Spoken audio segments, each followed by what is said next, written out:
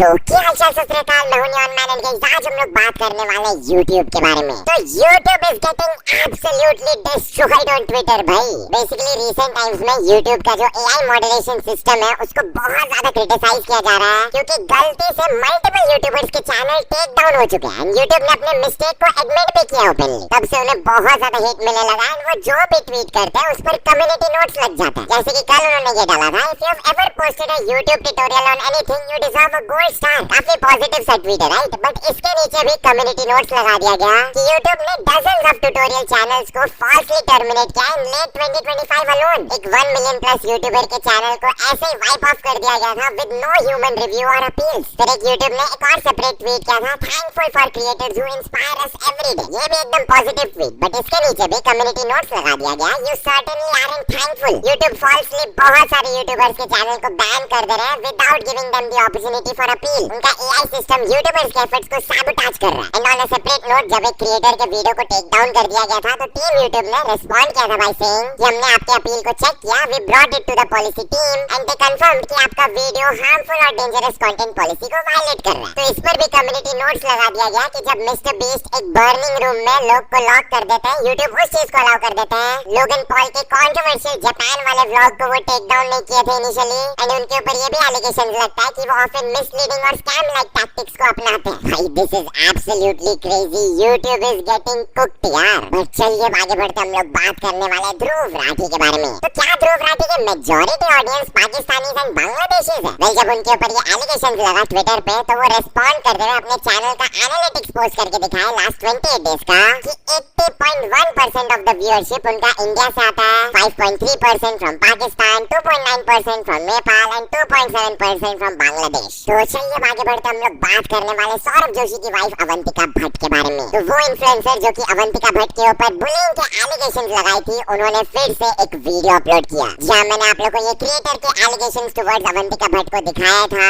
उन्होंने क्लेम किया था कि स्कूल में अवंतिका उन्हें काफी ज्यादा बुली की थी। तो इसी के रिगार्डिंग वो कपल ऑफ वीडियोस अपलोड की अपने इंस्टाग्राम में, जहां पर वो डिटेल्ड वे में बात की, अपने इंसिडेंट्स को रिकॉल की, क्या हुआ था उनके साथ स्कूल में। एक छोटा सा क्लिप मैं आपको प्ले करके दिखा देता हूं। Back in high school, I was bullied. Constant comments about me being skinny, being called different names, being mocked for my hair, for my braces, everything. I still remember one incident that till now makes me stage conscious at times. So I was singing in front of more than 500 people, and out of the whole crowd, I clearly remember their faces looking at me, giggling at me.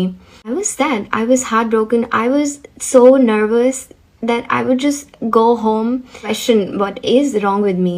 I became so conscious of my body that I used to wear 2 pajamas underneath, straighten my hair with iron.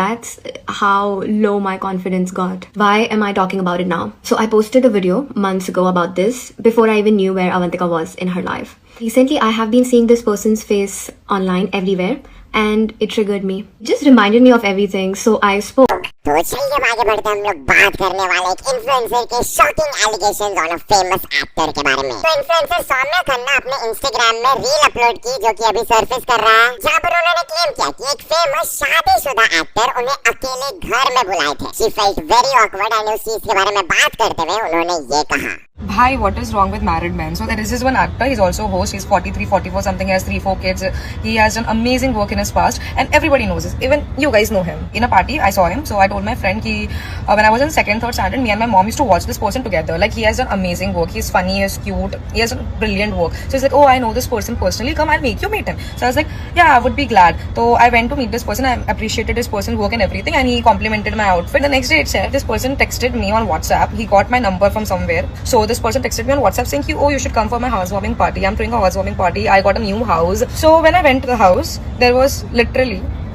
nobody. It was just me. मेरे को समझ गया था कि nobody is coming because it's already 11:30. So I told him कि listen to me, I'm going back home because I'm getting late and there is no way, let me make you a drink at least and then go. So I was like, no, I'm going.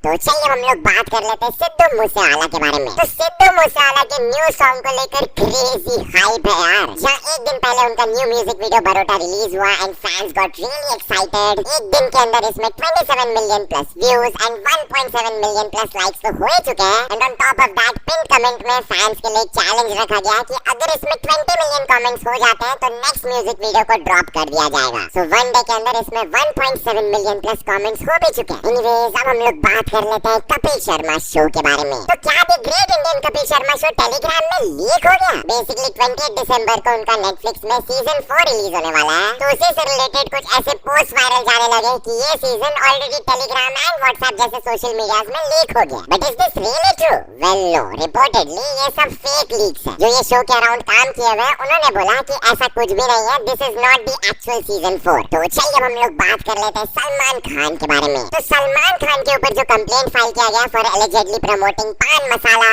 इस चीज पर उनके तरफ से reply आया। जहाँ consumer commission में उनके एडवोकेट ने स्टेटमेंट दिया कि सलमान खान ना ही मैन्युफैक्चरर है और ना ही सर्विस प्रोवाइडर है फॉर पान मसाला। उनके हिसाब से ये एलिगेशंस लीगली एकदम बेसलेस है और उनका नाम ये सब चीज में घसीट कर अननेसेसरी हरासमेंट किया जा रहा है। ही क्लेम्ड कि वो खाली सिल्वर कोटेड कार्डमम को प्रमोट किया जो कि पान मसाला की कैटेगरी में आता ही नहीं है। तो चलिए हम लोग बात कर लेते हैं द मोस्ट अलार्मिंग न्यूज के बारे में। तो 2025 ईयर एविएशन के लिए एकदम वर्स्ट ईयर रहा है। आप लोग को ये चीज पता ही होगा।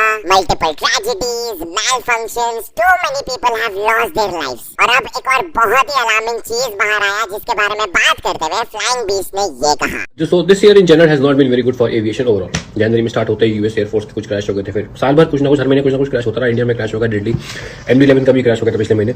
और अब एयरबस ने भाई क्या बोला पता है? इंडिया में मोस्टली एयरबस 320 है। मैंने 10 साल तक एयरबस 320 फ्लाई किया हुआ। बोइंग क्या है, 2 क्रैश हुए थे, 737 MCAS, सीधा नोज डाइव की, सीधा समंदर के अंदर। पायलट ने कोई इनपुट नहीं है, पायलट बैठा हुआ है, पायलट ऊपर खींच रहा है जहां नीचे जा रहा है। भाई सेम चीज अभी एयरबस में हो गई है।